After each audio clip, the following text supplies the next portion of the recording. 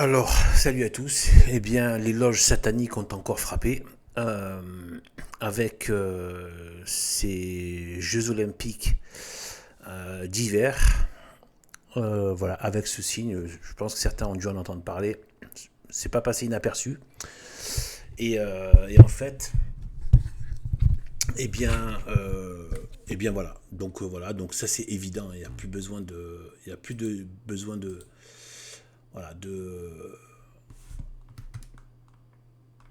il n'y a plus besoin d'expliquer la chose. Je pense que la plupart savent, hein, c'est le pentagramme inversé.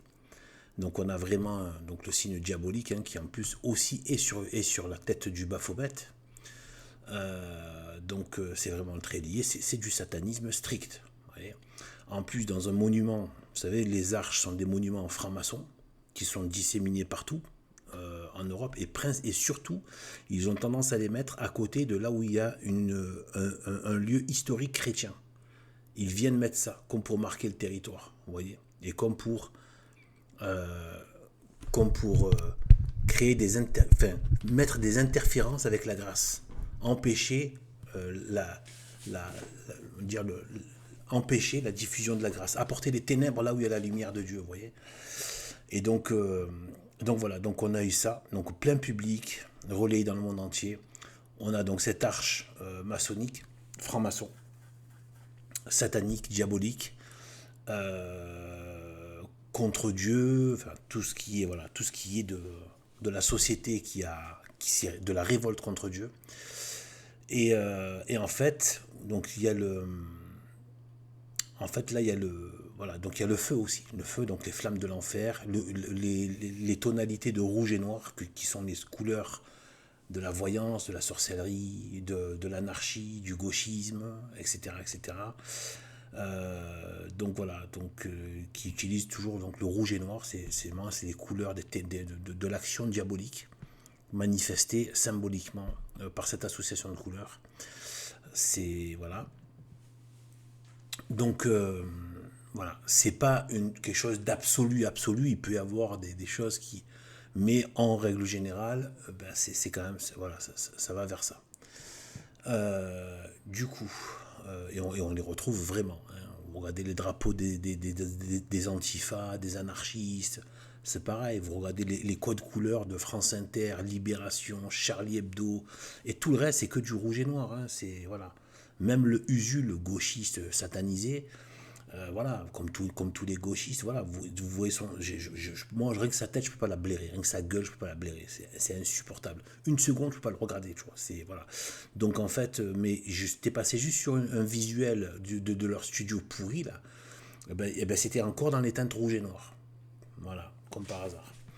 Donc voilà, donc c'est vraiment des couleurs de la révolte contre Dieu, donc en lien, en duplex direct avec les enfers. Voilà, qui prennent une forme pseudo-sociale, c'est-à-dire la société du diable, et de ses fils et de ses filles. Voilà.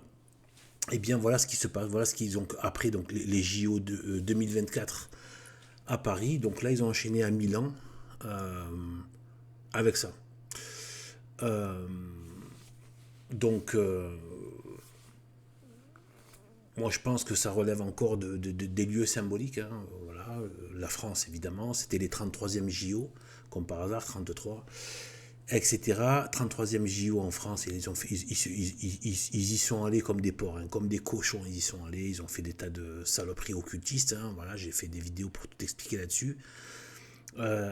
Et voilà, et ensuite là, Milan, moi ça m'a fait penser aussi, bon, il y a évidemment l'Italie, pas trop loin de Rome et tout ça, mais c'est surtout l'édit de Milan hein, qui a officialisé donc le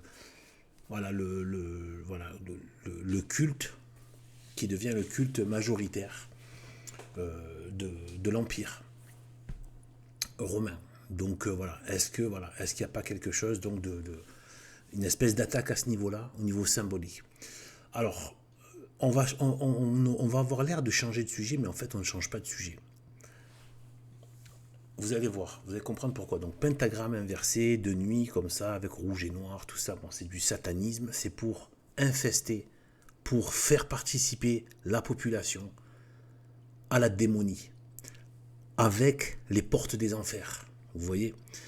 Et c'est pour ça qu'il faut absolument garder ces distanciations. Dans une certaine pandémie, on parlait voilà, de distanciation sociale, il faut être dans la distanciation spirituelle. D'ailleurs, c'est pareil avec tous les affres, tous les ordres, toutes les populations malsaines qu'engendre cette république.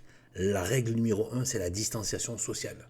La distance, la distance, la distance, la distance. Créer de la distance à tout point de vue, spirituel, physique, géographique, professionnel, tout. Créer de la distance avec tout ça. Faire de la distance. C'est la première chose à faire. D'ailleurs, dans les combats, que ce soit ceux qui font des arts martiaux ou ceux qui pratiquent la guerre, ou la guerre, donc dans les affrontements militaires, la question de la distance est primordiale. Primordiale, la gestion de la distance. Et voilà, et à quel point tu t'exposes au danger. Et comment, avec quels moyens quand tu es exposé, quels sont tes moyens d'y faire face. Donc tout ça, mais vraiment, c'est la distance. Et donc, en fait, il faut mettre de la distance. Beaucoup de distance et se rapprocher au maximum des choses de Dieu. Voilà. Parce que ça va devenir... je vais dire une chose qui peut être bizarre, mais il faut s'y habituer, mais dans le sens de la distance. C'est-à-dire s'habituer à ce que ce soit là. Pas dans le sens où il faut s'habituer à cette crasse, parce qu'il ne faut surtout pas s'habituer dans le sens d'intégrer. Il ne faut pas intégrer ces codes-là. Il ne faut pas du tout les intégrer. Il faut garder la croix gravée, gravée, s'il le faut, au couteau dans notre corps. La croix de Jésus-Christ en nous. D'accord ? Par contre, quand je dis au couteau, c'est une façon de parler. Il y en a qui vont prendre ces choses au pied de la lettre. Ça m'énerve d'avoir à préciser ce genre de choses, mais bon. Donc du coup, voilà. Eh bien en fait, il faut garder les choses saintes en soi, la proximité et l'union avec les choses saintes. Mais dans le sens, quand je dis s'y habituer, c'est dans le sens où, malheureusement, on va vivre avec ça. Ça jusqu'à l'antéchrist, ça ne va pas s'arrêter, ça ne va faire que s'amplifier. Et on le voit que ça ne fait que s'amplifier. Ça ne fait que s'amplifier. C'est de pire en pire à tout point de vue, de partout. Tous les supports de diffusion publique sont des supports de diffusion de blasphème anticatholique, de diffusion de la satanerie. Voilà, tous. Et c'est avec des moyens phénoménaux qui touchent des millions, voire milliards de personnes. Donc, dire qu'on peut passer à travers tout ça, non. Par contre, on va devoir s'habituer dans le sens pour ne pas péter un câble. C'est plus dans ce sens que je dis. S'habituer dans le sens, savoir que ça y est, maintenant, ça fait partie de la société diabolique anti-Dieu. Ça va faire partie des choses qui sont autour de nous. Comme les premiers chrétiens vivaient au milieu de la satanerie païenne. Tu ne peux pas passer tous les jours à péter un câble. Donc, tu vas créer ta distanciation sociale, distanciation spirituelle, distanciation mentale. C'est s'habituer, mais dans le sens s'habituer à garder tout ça loin de soi. En sachant que ça existe. Justement pour garder toujours la distanciation. Voilà. Mais en même temps, il ne faut pas s'y habituer. Parce que s'habituer dans le mauvais sens, ça veut dire l'intégrer et donc le normaliser et donc d'adhérer au mal, d'adhérer à ces forces des enfers. Donc ça, c'est important. Voilà. Et c'est tout à fait normal que ça se passe ainsi maintenant, vu la tournure que ça a pris. C'est-à-dire que comme l'Église a apporté les choses saintes, elle mettait les saints, il y avait les saints patrons de chaque ville, etc. et tout. Elle a mis les croix, elle a mis les icônes de sainteté, de pureté, de bien, de beauté, etc. L'empire du mal, la cité du mal, la cité du diable qui s'est tricotée sur la terre depuis la révolution républicaine 1789, qui n'est pas française, hein, c'est la révolution républicaine 1789 qui est la révolte contre Dieu, l'ordre de Dieu, et qui va de pire en pire, qui va maintenant attaquer même la loi naturelle. Ça devient de la démence, quoi. Ça devient de la psychiatrie spirituelle presque, si je puis dire. Et donc voilà. Donc en fait, donc forcément, eux, ils vont faire l'inverse, c'est-à-dire qu'ils vont mettre des icônes diaboliques, des images d'impureté, que des choses de la terre, voire de sous terre, que des choses du temps, pas des choses de l'éternité. Quand il parle d'éternité, c'est l'éternité de cyborg. C'est-à-dire le travestissement de l'œuvre de Dieu. La destruction de l'œuvre de Dieu, l'homme tel que Dieu l'a créé. C'est horrible. Voilà. Donc du coup, je continue. Maintenant, quel est le lien là, avec autre chose qui est en face? Eh bien, en fait, on va regarder un peu. Ben, je suis allé voir un peu et je suis tombé sur un truc comme par hasard. Ça, je suis guidé à chaque fois que je fais ce genre de recherche. À chaque fois que je fais ce genre de recherche. J'ai pas repris mon souffle, du coup. Voilà. Donc, du coup, alors, en fait, voilà. Donc, cette porte maudite, cette arche maudite, elle est ici, en fait. Elle est, voilà. Elle est ici. Voilà. Et, voilà. Voilà, donc ça c'est voilà, elle est ici. Et donc du coup, ouais, elle est là. Et du coup, en fait, je suis allé voir. Et en fait, j'ai vu, je regardais s'il n'y avait pas, comme je disais tout à l'heure, un édifice religieux, quelque chose de marquant, pas loin à côté. Et en fait, j'ai vu que en face, et souvent ils font des choses en face, parce que si vous faites, vous allez prendre la carte Google Maps, vous allez voir que comme par hasard, comme par hasard, si vous regardez en fait en fait ils ont même le lieu d'exécution de Saint-Louis, ils l'ont fait devant Notre-Dame de Paris. Et c'est pour vous dire la charge symbolique de la chose. C'est impressionnant de cruauté et de détermination diabolique dans le mal. Et donc et aussi donc leur arche maudite de triomphe à Paris, il est aussi dans le, si vous regardez bien, il est dans le prolongement en face de Notre-Dame de Paris, on passe par Place de la Concorde et en face encore, à l'autre bout des Champs-Élysées, eh bien, l'Arche de Triomphe. Donc, qui, en fait, du coup, l'Arche de Triomphe est dans l'axe de la Vierge Marie, ou de Notre-Dame de Paris. Ça fait longtemps que c'était en vue, en fait, tout ça. Moi, mon idée, c'est qu'ils visent le Sacré-Cœur maintenant. Je pense qu'ils veulent la perversion du Sacré-Cœur à Paris. Je pense que c'est ça qu'ils visent. Voilà. Donc, du coup, là, la patience de Dieu est vraiment incroyable. Hein. Elle est vraiment incompréhensible pour nous. Et donc, ici, là, vous voyez ici, là. Donc, je vais le mettre sur une autre image. Regardez, là. En fait, vous voyez là, en gros, là où il y a marqué Milan, ici, il y a la placette. On fait ça, voilà. Hop, et là, vous voyez, ici, attendez, je crois qu'on a perdu Milan ici, là. Voilà, non, là, ça va aller, voilà. À peu près, vous allez voir. Donc, ici, là, hop, là, en bas à droite. Et donc, même si c'est un peu en biais, mais n'empêche, ça reste la façade qui est de ce côté-là, hein, qui est juste en face, regardez, hein, où l'alignement en face, il y a cette porte. Je refais le chemin, hop, ici, là, c'est la façade, là. Ici, là, précisément, c'est la façade. Donc là, je vais le mettre là. Parce que j'arrivais pas à faire 2 points. Ah non, zut, ça c'est ce que je vous disais. Ah ouais, j'avais fait une recherche. Vous avez vu par rapport à Paris, ça c'est sur Paris. Vous voyez, là, Arc de Triomphe à Paris. Ensuite, prolongement. Ici, je crois que c'est ici la place de la Concorde, il me semble. Qui est en fait la place de la Révolution. Hein, voilà. Et du coup, regardez, en fait, Notre-Dame de Paris, c'est là. Attendez. Voilà, c'est là. En bas, dans le coin, en bas à droite. Et donc, en fait, on a bien ici, là, vous voyez, en face, comme par hasard, en face, ça a été mis. L'Arche de Triomphe en face, qui vient se mettre en face, donc, Notre-Dame de Paris. Et comme par hasard, ici, ils ont exécuté Louis XVI. En face, toujours encore, il y a d'autres édifices religieux dans le coin. Donc, c'est vraiment très symbolique, quoi. Voilà. Je crois qu'il me semble qu'il y a l'hôtel Dieu pas loin, chose comme ça. Donc voilà. Et bien en fait, voilà. Et bien en fait, voilà. Donc du coup, bon, on va en rester là. Ici, c'est l'édifice. Alors c'est quoi l'édifice? C'est ça. Alors c'est ça. Attendez, on va y revenir à tout ça. Vous voyez, donc en fait c'est ça. C'est la cathédrale de Milan, en fait.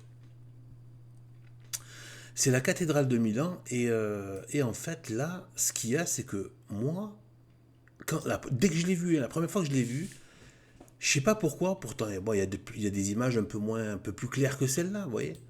Comme ici, tout ça. Voilà. La première fois que je l'ai vu, je sais pas pourquoi, j'arrivais pas à adhérer. Bizarrement, j'arrivais pas à adhérer. Je me disais, c'est bizarre. D'habitude, les cathédrales, d'un coup, il y a toujours quelque chose de... J'arrivais pas à adhérer. J'ai mis du temps avant de le capter. Et en fait, c'est cette pyramide, en fait. En fait, ce côté triangle comme ça, c'est pas catholique. C'est pas l'art catholique, c'est bizarre ce truc. J'arrive pas à adhérer, j'arrive pas à adhérer catholiquement à cette forme. Vous voyez ce que je veux dire?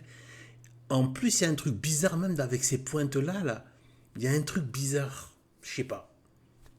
J'arrive pas. Mais après, en faisant des recherches, j'ai pu en plus mettre des mots dessus. Donc après, ça se confirme, hein. Donc voilà. Et regardez qu'est-ce qu'on trouve ici. En plein milieu, en haut, un pentagramme inversé. Alors ils l'ont un peu masqué en faisant une étoile qui tourne. Mais en fait, si tu regardes bien, tu prends les 5 points, c'est bien un pentagramme inversé, c'est bien une étoile inversée, étoile à 5 branches inversée, pentagramme, et qui tournoie. Voilà. Alors, donc voilà. Donc du coup, moi je me suis dit, bon, qu'est-ce que c'est que ce truc? Depuis quand l'Église met des pentagrammes inversés sur sa façade, etc. C'est pas normal. Et moi, je pensais que ça datait voilà. En fait, ça date de très longtemps, mais attention, c'était tout un périple, la construction de cette cathédrale-là, qui a duré, il me semble, je sais pas, quasiment 6 siècles, je crois. 6 siècles. Il y a le temps de voir passer un demi-millénaire, plus d'un demi-millénaire. Donc, voilà, hein, ça, il s'en est passé des générations et des voilà et des pouvoirs et des machins. Donc, il s'est passé. Et en fait, après, tout s'explique. Tout finit par s'expliquer. Donc j'ai trouvé donc dans un article. Attendez. Oui, voilà, c'est dans cet article. Après voilà, vous avez là, donc ils mettent les différentes étapes. Vous voyez que là, ils montrent que la partie tout en haut, ils montrent pas de la façade. Comme par hasard, c'est quand on arrive. Ça, c'est pas le triangle là, ça c'est juste la partie qui est carrément au-dessus, tout en haut, tout en haut. Mais en fait, ça n'apparaît qu'en 1805. Avec qui? Avec Napoléon. Et voilà. Et en fait, il ordonne d'accélérer la, la construction de la façade. Et comme par hasard, c'est à partir de lui qu'on se retrouve avec le côté maçonnique. Donc Napoléon Ier, qui a été fait roi d'Italie, tant qu'à faire, il s'emmerde pas trop. En plus avec toutes les forces des ténèbres qui le finançaient, etc. etc. Et donc, lui et toute sa clique. Hein. Et donc voilà, et bien en fait, comme par hasard, dès qu'il arrive, donc on passe de quelque chose de chrétien. Alors l'autre image est encore meilleure parce qu'on arrive à vraiment voir, voilà, ici on arrive à voir mieux. Vous voyez là, je sais pas trop par rapport à cette arche, est-ce que c'était, je sais pas trop ce que c'est, est-ce que c'était, je sais pas. En tout cas, donc du coup là, en fait, on voit que ici, vous voyez ici là déjà, je me dis tiens, même si c'est de l'autre côté, mais déjà ça ressemble un peu plus à Notre-Dame de Paris. Vous voyez, il n'y a pas cette espèce de côté triangle, etc. Il y a les deux façades là sur les côtés. Vous voyez, donc déjà ça faisait, là ça fait plus. Donc on voit que au 15e siècle, donc les années 1400 et tout ça, déjà ça ressemblait à du catholicisme. Vous voyez, à l'art catholique. On continue, etc. D'ailleurs, regardez. Ah ben tiens, c'est. Ah, mais ça, vous savez, j'avais même pas vu. Ouais, vous voyez. Bref, il y a un truc bizarre. Donc en fait, même la Madone, on va y revenir. Je pense qu'elle a été trafiquée. Et donc en fait, voilà. Et hop, comme par hasard, dès que Napoléon, le franc-maçon, avec sa clique d'occultistes, débarque, prennent Milan, etc. et tout, ils vont. Bon, il devait avoir encore quelques forces catholiques dans le coin. Hein. Donc, ils n'ont pas pu faire toute la merde qu'ils voudraient, c'est-à-dire la merde qu'ils font aujourd'hui. Vous voyez. Donc là, maintenant, donc du coup, ils ont fait ça. En fait, ils sont intervenus dans les plans pour instaurer cette pyramide ici. D'accord. Et du coup, au milieu, ça fait quoi? Au milieu, ben, ça fait, on a presque l'impression que ici c'est l'œil de la pyramide. Vous voyez, un œil dans la pyramide et qui est avec ce pentagramme inversé. Vous voyez, ici, on dirait que c'est l'œil de la pyramide avec pentagramme inversé. Vous voyez?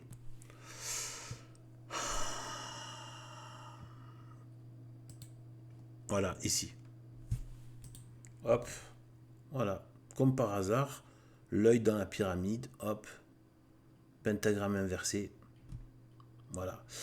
Qu'est-ce qu'il a demandé d'autre dans cette façade? Commande, je l'ai lu dans l'article, hein, ou dans une vidéo que j'ai vue à ce sujet. Rapidement, il y en avait une qui était très courte, bien synthétique, en 12 minutes, il y avait quasiment tout, hein, historiquement. Et bien là, en fait, c'est donc ces deux statues là que vous voyez, c'est ordonné par Napoléon. Donc déjà, il a ordonné de faire ce balcon et de mettre ces deux statues. Et bien, devinez, c'est quoi ça? En fait, c'est donc soi-disant une Vierge Marie ou quelque chose qui représente l'Église. Et à droite, là, il tient les tables de la loi. En gros, c'est pour montrer, il n'a pas dit l'Ancien Testament, non, il a dit le judaïsme. Voilà. En gros, pour montrer le christianisme et le judaïsme, côte à côte.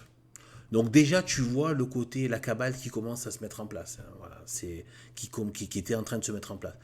Et ici, vous savez, qu'est-ce qu'ils disent? Ils disent qu'en fait, ce modèle-là, de soi-disant Vierge Marie, a été, en fait, n'est pas le modèle chrétien, c'est le modèle de la Statue de la Liberté qui tient en plus un truc qui lève le bras en l'air. C'est pas un truc de la Vierge Marie, de faire cette espèce de geste, masculin, orgueilleux, je sais pas quoi. Voilà. Donc, elle fait un truc de la main comme ça, vous voyez. Et donc, c'est pas du tout la Vierge Marie, en fait, c'est la Jézabel de la République. La même qu'il y a dans le tableau de la République. C'est la Jézabel. La Jézabel de Delacroix. Voilà. La Jézabel de la République. La Jézabel guidant le peuple. C'est-à-dire vers l'abîme. Voilà. C'est pas la liberté, c'est voilà, c'est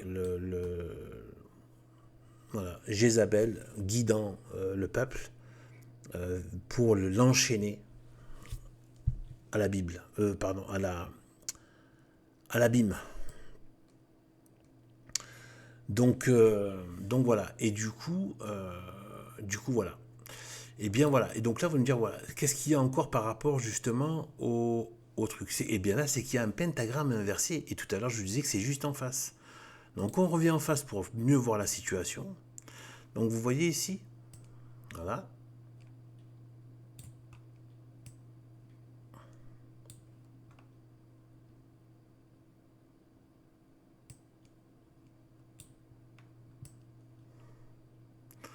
Attendez, j'essaie de vous caler ça pour bien voir tout. Bon, à peu près, en tout cas. Voilà. Bon, vous voyez en tout cas que c'est par. J'arrive pas à voir le truc juste un peu moins quoi. C'est. Bon, bref, en tout cas, vous voyez, c'était au niveau de Milan ici. Ouais. Au niveau de Milan, l'angle c'est ici. Ouais, donc là, c'est la façade. Au niveau du N, c'est la façade qu'on voit. La façade de cette cathédrale. Trafiquée. Et juste en face, vous avez cette arche de triomphe où ils ont mis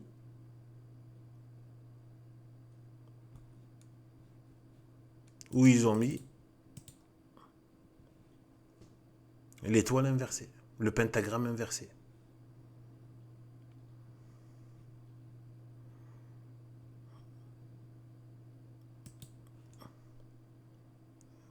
Comme sur la façade de la cathédrale qui a été construite au départ par les catholiques et puis ensuite a été pervertie au niveau architectural par l'influence franc-maçonne. Donc ils se font face sur la carte. Ce pentagramme ici sur la cathédrale, mis par la même entité, et ici. Donc dans la nuit, ils se faisaient face. Vous voyez? À mon avis, c'est une sorte de rituel occulte. C'est-à-dire vraiment, il y a l'arche de triomphe, l'arche je crois que la cathédrale s'appelle le Dôme de Milan. Et ça, je crois que c'est l'arche de la paix. Ils sont pleins de paix, hein, bien sûr. qui sont pleins de paix, exactement comme le Vatican II d'ailleurs, plein de soi-disant paix, c'est-à-dire la paix du monde, celle que Jésus-Christ nous a vraiment dit de ne certainement pas voilà, c'est la paix du monde, ce n'est pas une vraie paix, c'est une fausse paix, en fait c'est même pas la paix du tout, ce n'est pas la paix du tout, mais c'est qu'une illusion, mais qui en fait amène, c'est un état de, voilà, un état de mal-être permanent en fait en vérité, qui ne dit pas son nom. Et voilà, donc en fait on a ça, donc on avait dans la même soirée, donc Jeux Olympiques, vous avez ça, vous avez ici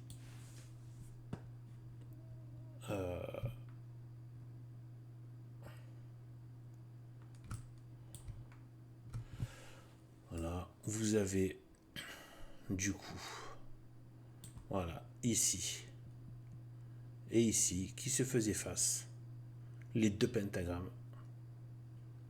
Donc dire que ça c'est juste du hasard, comme par hasard, bien sûr c'est du hasard.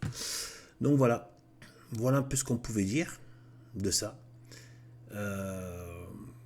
Donc voilà, donc ça veut dire que ça continue. S'il continue, c'est la satanerie. Et on voit que là encore, ce que je veux dire, c'est que là encore, la cible, c'est le christianisme. Parce qu'il reste encore quelque chose de chrétien à l'intérieur. Et c'est une espèce d'affront. Vous voyez, c'est vraiment terrible. Donc voilà. Voilà un peu ce que je pouvais dire là-dessus.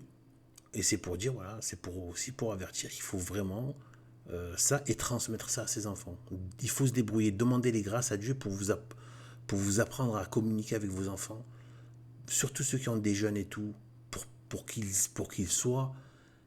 Il va falloir être beaucoup plus vif avec les jeunes. Je veux dire, vous vous rendez pas compte.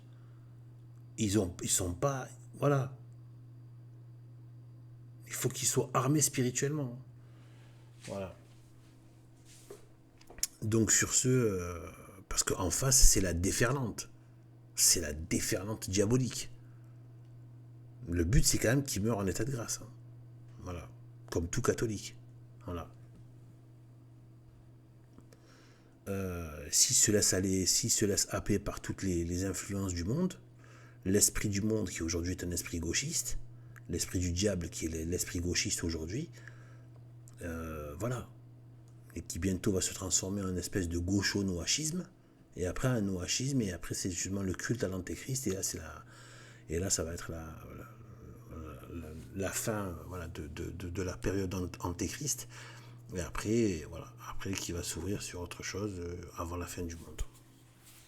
Il y aura une période apparemment après l'antéchrist de retour à la... Voilà, il faut bien que l'église de Dieu triomphe de l'antéchrist, donc après. Donc voilà, mais ça durera pas très longtemps après, voilà. Après, voilà. Ça y est. Après, la Terre va rentrer dans des convulsions catastrophiques. Et après, voilà. Après, ce sera le jugement dernier. Voilà. Bon, allez, sur ce, que Dieu nous bénisse.